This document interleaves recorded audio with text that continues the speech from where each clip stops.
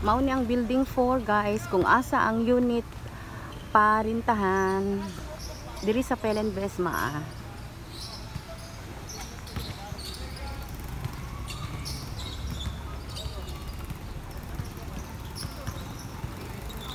Parintahan na mo ni siya guys, 15k ang monthly, pero dili apil ang iyang garage.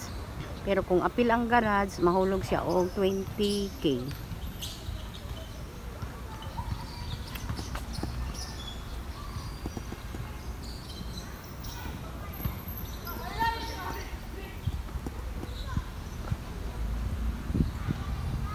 Doon lang ni siya sa eskwelahan.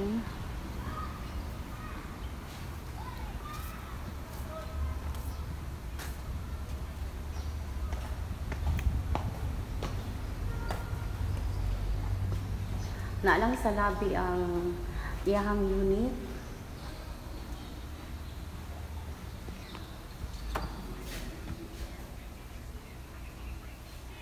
Hinay siyang unit na parintahan guys, diri sa Pelendes condominium, 2 bedrooms.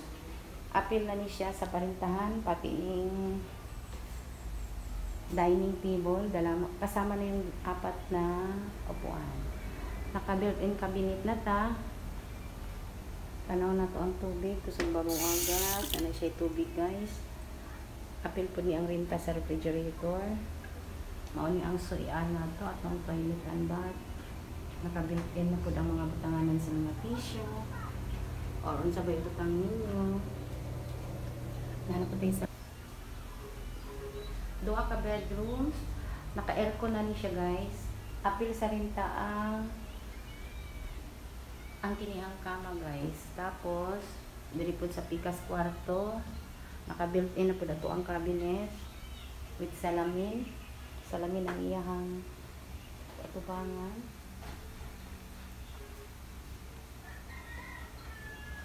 Mao ni siya ang parintahan guys.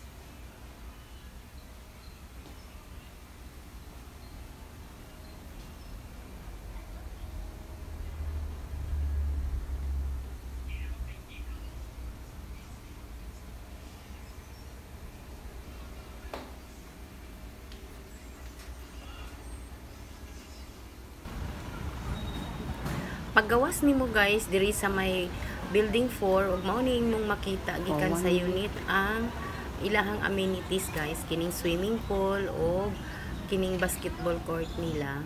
Makita dayon ninyo.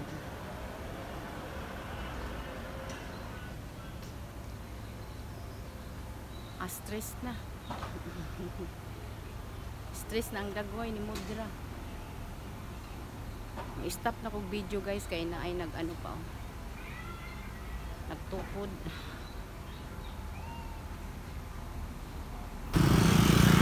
Gabi na guys, napata diri sa San Pedro.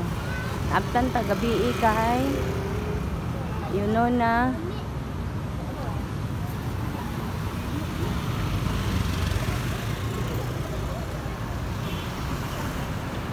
hinay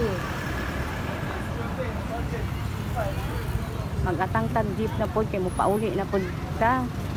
Very good kayo. Good of the time. Good.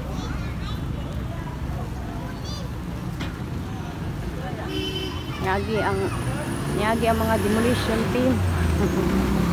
Kana bitong na maligya nga dapli na gid sa kalsada, ginadakop to sila, mao to ang demolition team.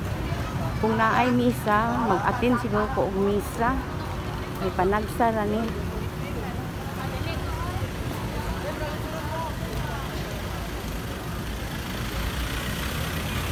Kung sa may event na anong na may dagko nga iro. Ayan.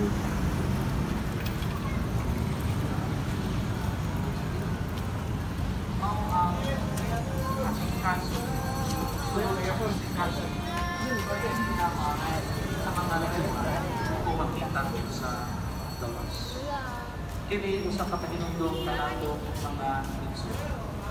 Sa mga adlaw nga pinabuhi, Nagidaymis na guys. adunay mga 5:30 ni siya sa Indonesia. 5:30 ni nga mas guys. Tapos naa naman ko diri nang nakapil na lang ko. apil na lang ko sa misa. Ani din ni diri guys sa San Pedro Church kung naay mag-birthday ila amo ang gini siya o kantahan. Kay ginablis man diri ang mag-celebrate ng birthday niya. Ginakantahan siya sa simbahan.